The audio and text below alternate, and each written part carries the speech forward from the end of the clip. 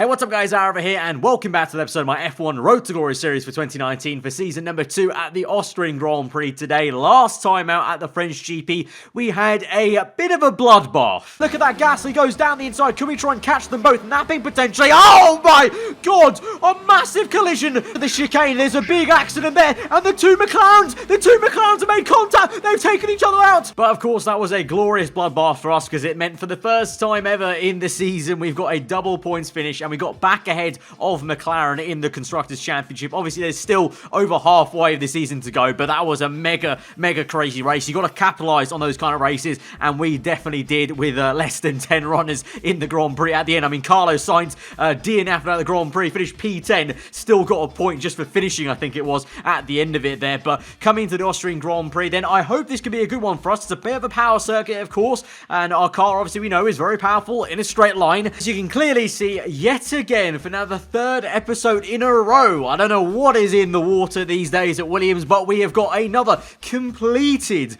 upgrade on the car, that tyre upgrade, which will come in quite handy, I think, for the Austrian Grand Prix. But this is unprecedented. I actually don't know what's gone on. I can't explain it, but I'm not going to say much else. I really do not want to jinx it. Long may this continue. So in terms of where our car is now, in terms of development, we're keeping up pace now with Toro Rosso. So we kind of dropped Alfa Romeo. We're now clinging on with Toro Rosso there or thereabouts. You can see Renault unfortunately do upgrade a decent amount going into this episode, as they would do being a works team, but we're trying our best to hang in there. I have hopes that hopefully around maybe the Italian Grand Prix, where of course I expect our car to go very well, maybe, just maybe, we can start to pull on the real established midfield runners. But obviously this is on paper performance right now in Season 2, but in reality our car has been very decent. Even Kubica has looked like a new man in the last 2 episodes with all these rafter upgrades we've been getting, so I'm looking forward to this one again. I think it should be a pretty good Grand Prix for us. There's this slight caveat here though, in the race there is some rain to come at the very end of it though, but that could still mess us up, so let's just not count our praise too early. But for now I'm cautiously optimistic for the, well, not the first time. I think I was pretty optimistic going into the French Grand Prix, so for the second time only in the entire history of this series, I'm actually quite cautiously optimistic. So let's get into qualifying then. As we barrel down to the end of Sector 1, the car actually in P1 at this stage there, but we're about to lose a lot of that time in one single corner, down from P1 to P6 there in the brake zone. Obviously the brakes maybe not the best on the Williams car. We have all the power in the world, but pretty much our brakes are mid-bottle tops at this point still. And as we go into the next right-hander, you can see the understeer kicks in, and we just don't have any sort of turn in. We lose even more time down to P11, but we remain there at P11, which is a good thing. So just hovering just outside the top 10 positions here as we go through the last corner, powering through, remaining in P11 across the line, and that is a pretty decent showing, I would say. Kubica's P15, 3/10 off the pace, but he's been about 3/10 off the pace the last 2 episodes now. The car is at least at a point now in performance where he's able to at least get it to that point. It's not so horrendous that even he can't drag the car up the order, and so he's doing an okay job there. Obviously, we get a free choice of tyres in P11, so that might give us a strategic advantage. I don't know, we'll have to see when the rain is going to come down the end. If it comes early enough, maybe we could try an alternative strategy, but positive signs. You know, Sector 1, we were in first place until that brake zone, so, you know, first lap number 1, there is some potential here to make a little cheeky dive. You know us, you know, our car is made of absolute steel, it is, and so could make something work. This is a really good starting position for us. Let's try not to lose it. Was that just a bit of sass from Jeff V&G? He just said try not to lose the position after a good... You can't talk, Jeff. You've been useless up until the last 2 episodes. Your entire staff and team in failing the car up till now. You get a slight bit of confidence, a bit of compliments from me for the last 2 episodes. We qualified well, and now you're starting to get a little bit too big for your boots, mate. You're trying to get a little bit cocky with me and say that I'm the one to blame for losing the positions. If anyone's to blame for losing positions in this race, Jeff, it's gonna be you. That's enough bagging on an engineer. I think maybe it was overdue, you know. We had 2 races here where I've been quite kind to the team, so maybe that little spurt of ranting was overdue right now, and you need to keep Jeff in check. Someone like Jeff, you need to keep him in check. Don't let his head get too big. But in terms of the strategy, then we'll be a one-stop. We'll start on the soft compound tyre. I did think about switching it and starting on mediums to go till the wet period, but it seems like the softs could just about hang on till when the rain comes down. So that will be the plan. Hopefully going from straight onto softs onto intermediates, trying to catch other people out. The top runners, maybe if they pit early enough for their set of mediums, that's how we're going to gain some free position positions here, hopefully, knock on wood, and that will be a decent amount of points. I should hope, again, we're on a good run of points finishes, some decent, big points finishes, so long may it continue. Let's get into this Grand Prix then. As we now rev up to 5 red lights for the French Grand Prix. We're actually in P10, as someone's had a penalty that I completely missed there, so that's decent enough. So here we go then, 5 red lights are out, and we're underway, and it's a absolutely mega start, one of the best starts I've had on the F1 2019 games. We nearly overtake 2 cars into turn 1, and Jesus, we get hit on the rear end there. I think someone's hit our rear end. Yes, Hulkenberg, as we look back there briefly, he was out, I think, at turn 1, so Hulkenberg smashed our rear end there, tried to take us out. Like I said, our car is now seemingly made of steel these days. We've clearly sacked off the paper and PVA glue strategy and actually started to decide to make the car out of metal and actually can take a hit or so. And so, decent start here, up into P8 as we go around the outside of Carlos Sainz.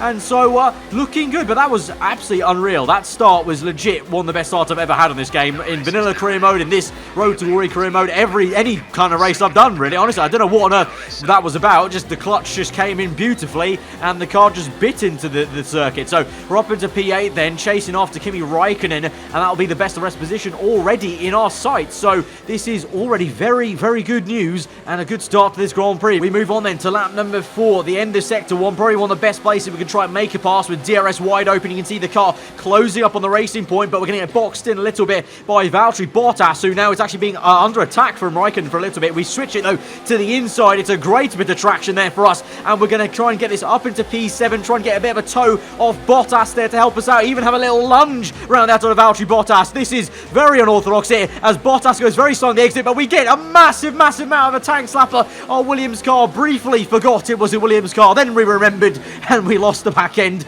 as you would do, and we're back down to P8, so we have to try and wrestle this car through. Gotta remember, for a brief second there, as I tried to go around the outside of Bottas, I think I probably thought I was in a different car, and then swiftly the car reminded me that no, this is still very much a predecessor of the car from last season that I likened to an IKEA desk on wheels, racing around F1 circuits at the Italian Grand Prix, and it still very much is. But we're going to keep on the back of Kimi Räikkönen on to lap number 5 there. We've got the speed to do this in a straight line, just need to be a little bit more careful in the corners maybe, so we go on the outside there on purpose and get the nice cut in there, line nice and tight on the entry and exit, and we're up into P7 already before we even get DRS open, but we get it open, and that's going to help us push away from the ice around there, so up into best of the rest positions for now. We've got a long way to go though in this Grand Prix, 13 laps to remain in this position, and potentially obviously the rain might be coming, and obviously I know our car's not going to be that great in the wet, so we're going to need to watch out for that. As much as I could probably gain some positions with the pit stop phases, I could definitely also lose positions in the actual wet conditions themselves. But here we go, virtual safety car is out then, and it's going to be for Carlos Sainz, which is massive for us there, the McLaren, our rivals. But Robert Kubica is also out of this Grand Prix, so it's kind of bittersweet there. Our bitter rivals are out of the Grand Prix, at least half of them are, with Carlos Sainz out. Norris still in the race, but Kubica is still in, and so this is why I wonder if Carlos Sainz and Kubica came to wars here. No, it doesn't look like it. Oh, Carlos Sainz gets his front right.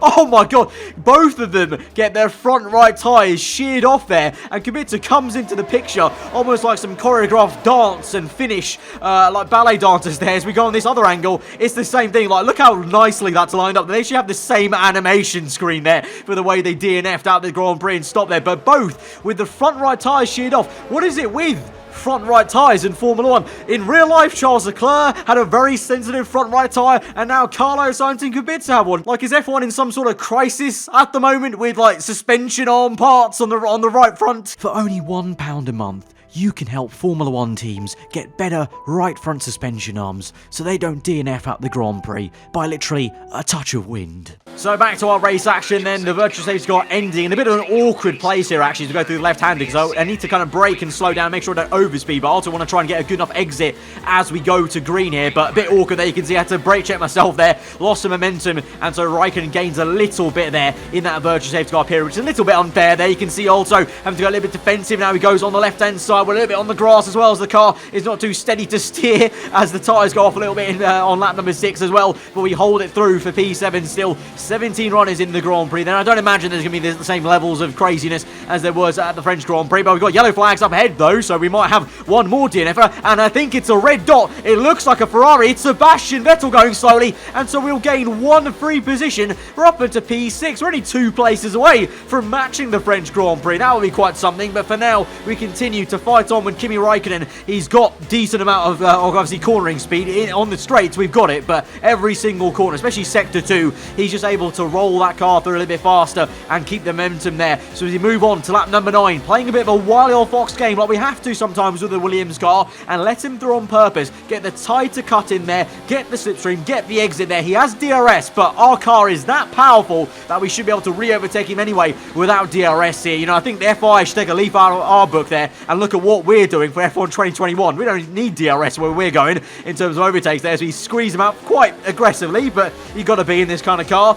and we're up into P6 once more, but it's going to be more of the same then as we move on to the very next lap then, and it's going to be deja vu again, letting him by on the inside, cutting through on the inside line, get the better exit there, straighten the car faster, get the power down, overtake mode on the ERS there. No rich mix at this point actually, because we've kind of ran out a little bit of fuel to use here. Now I want to make sure we have enough for the end of this Grand Prix, but this time we go around the outside there just to switch it up a little bit there, and we do what Räikkönen could not do and get a good enough exit on the exit curb and maintain the position there as we move through then. Ooh, looks like it's getting a little bit darker, you know, so the clouds might be coming for this rain there, but Räikkönen gets a great exit through that right-hander as we go through to the next last 2 corners of the Grand Prix. Räikkönen's actually got this then, so he's through up into P6 as we move on to the next lap of the Grand Prix, and look at that, Romain Grosjean also quite close behind, so we have to watch out for this. We have DRS though, but on purpose we'll lift off into turn 1 again for the 3rd time now, get a great exit off turn 1. This time though we have the aid of DRS, and we have a pretty fast Romain Grosjean coming through in the Renault, who might just also fancy a pass on Räikkönen soon enough, so we're going to go as defensive as we can in the middle of the circuit, just try and block it off on the apex there in first gear and maintain this P4 position as it were now, as some people in the top flight have come in for their pit stops. And as we come through onto the end of that lap, onto lap number 12, you can see for us the tyre wear is very much kicking in now, because that right-hander just cleanly went off circuit on the curbing, but we're going to come through across the line for P1 now in the Grand Prix. Yes, we lead a Formula 1 Grand Prix for the first time, I think, since the Austrian Grand Prix last season, So at this point, I would be telling Claire Williams, let's try and just get some, CD money over to the FIA, try and stop the race if we can, because we'll never be in this position again. But we go through lap 13. There is now another virtual safety car. It will end, and at that point, Räikkönen is pit, so we're the only man now left out who is yet to pit in this Grand Prix. But lap 13, it was around this lap that the engineers calculated the rain would be falling, so I'm hoping lap 14, lap 15, it is getting a bit darker in parts of the circuit, so I'm praying that the rain can start to come down. We're going to do the rain dance in the cockpit because we need some to switch over to the intermediates, but alas, I think you can guess what is going to happen. I think you can guess by the incompetence of this entire Williams team, and I'm sure the non-existent weather forecasting centre at the back of the HQ in wherever the hell Williams is. I don't know where Williams is based. Can't lie, the data centre is probably based off in some random Airbnb they're renting week by week. But as we move on to lap 15 then, we get one of the worst messages from Jeff ever. 15 minutes till we expect the heavy rain to arrive. 15 minutes. 5 minutes, which in Austria terms is another 15 laps. So you mean to tell me that this indicator right here, it said rain to even heavy rain by the end of this race, that has somehow moved to, it's going to be an entire race distance till we get said rain. Right, I don't know who's responsible for this graph, but whoever is needs to be fired immediately. So at the end of lap 15, I have to come in for a pit stop like an absolute mug. We've gone for 15 laps on softs. They usually were probably ready to come in on lap 10 or 11. We've gone 4 laps longer, and now only we're coming in for a set of mediums that will literally go for 3 laps. 3 whole laps. Not even whole laps. It'll be 2/3 of lap 16 and then lap 17 and 18. Absolutely brilliant. So we're in. We're going to put on the set of yellow wall tyres, and you're going to watch there. Yep, you can see it already. Top left. Räikkönen has already overtaken us. So that's the P5 blown. We can maybe get P6 back. I'm going to push like a stabbed rat now in this Williams car for the first time, actually. Will feel faster than the midfield cars around us, really, on these fresher tyres. Grosjean and Norris ahead of us have been going on for a lot longer, and it's crucial to at least minimum get these places to obviously beat that McLaren up ahead. We get Grosjean here very easily on the left-hand side. We're going to go for a massive dive bomb on Norris here and just send it. A bit of broken wing on the front left there as we just say hello to Norris in the most aggressive fashion ever. On the exit, though, we're going to get the power down. We're going to get it because this is personal. This fight with McLaren means a lot. This is the difference between between P4 and P5. That's the difference between some basic Tesco lager and some premium Tesco beer for the Christmas party later this year, alright? But the engine now is overheating. Norris has gone round the outside. We lock up on the front left. We just don't have the downforce outright to get him, and Norris cuts us off there very aggressively. So paying it back, of course, through the left-hander as well. Probably getting some understeer from the wing damage I had as well. So that's not helping. So we now move towards the last lap of the Grand Prix. We're back down to P7. We have to do everything we can to get back up to P6. We're going to have the DRS zone, so I'm quietly confident still, but the engine is overheating very, very much still. We're down to lean mixtures to try and solve that issue, and here we go then. Last lap of the Austrian Grand Prix. This is now or never to get the McLaren and outscore the McLaren team once more at the Austrian Grand Prix. Good exit off turn 1. DRS open, hot lap mode, overtake mode. We're even on lower fuel there, you can see, in the red zone. And there goes Grosjean. That could be it. This could be a life and saviour. This could be even better. Grosjean tries to overtake us. We go defensive on purpose on the inside, and that allows Grosjean to overtake Norris. So not only have we overtaken the McLaren, we've managed to push him down a further position there. So in the end, quite a decent end in the Grand Prix. It's not the P5 we should have deserved, but it's P6 nonetheless. It's another bag of points here at Williams. Absolutely top job to recover from that. Great drive, great drive. We're really happy with that performance. Yeah, great drive, Jeff. No thanks to you and your Tim Pot team at home with the, oh, it's going to rain about lap 12, it's going to rain lap 13, oh, we can probably go into intermediate, oh. Get in the bin. Good day today. Let's have your take on it. It was more like Dodgems than Formula 1 today, wasn't it? Yeah, it was pretty hectic out there, Claire, I can't lie, but yeah, some friendly little nudges there. I mean, Hulkenberg, that was a little love tap by him, and he just bit him back too much there. You know, sometimes when you go overboard, you pay the price there. You really cut your way through the field today. What was your strategy? For once, I actually disagree with Claire on this. I don't feel like we really cut through much there. We got 2 places into turn 1, then 1 more place later on, but then it was really just a load of sitting around, really, but I'm going to have to give her an answer anyway. You really looked in control of your car out there. Your team must be thrilled. Yeah, my team is always thrilled when I can control such a pathetic car around an F1 Grand Prix circuit, and it's a bit of a show, really, for the fans. It's an absolute masterclass in entertainment to keep that thing on the road, and so every time I do it, it's just amazing, isn't it? Great. Well, that's everything. So P6 then. Lando Norris unfortunately actually managed to get P7 then. I think Grosjean maybe had a penalty of sorts as we now move on to the Drivers' Championship. We're down to P6. Bottas was actually able to finally get enough points to re-overtake us. But in the Constructors, this is the important thing. We remain ahead of McLaren now by a decent 6 points there. And we're going to need that because at Silverstone, they might have a very good chance of coming back at us. But then Germany, I think we have a better chance around there, you know. So it's going to be fine margins in Europe, in the European portion of the season here. But so far, we're doing a fantastic job to remain this P4. This is where we need to finish, though, for the end of the season. And to that effect, we've got to continue to improve the car. And honestly, I know it's a bit of a meme and a joke that our car's got nothing but straight line speed, but honestly, I think it's the best way to go about it. You can clearly see we gain so much time on every straight. Yes, we lose some time in the straights, but we're getting more. Yes, we lose some time in the corners, but we're gaining more on the straight. So we're going to go for another major engine upgrade to continue to be the best engine on the grid. It also helps in PR terms. We have to continue being the best engine on the grid, because otherwise Claire Williams and a PR team at Williams have nothing to rave about. Like, what are they going to rave about? The aero. We've got the aero of like a Hot Wheels car, and the chassis. I think we established this a very long time ago. It's literally made by blind nuns back at the factory, so I think all we need to rave about is the engine. We've got to keep that development up there, and it is paying dividends for us at the moment. Every single time we make overtakes, it's not due to anything but our better engine power, basically, or a bit of luck here and there, but, you know, I can't control that, obviously. So, guys, if you did enjoy this episode of the F1 Road to Glory series, then be sure to smash that like button. Let me know what you thought in the comments below. If you are new around here, do subscribe for weekly full-on content. I've been Aarava. Have a good day. I'll see you guys next time. Goodbye.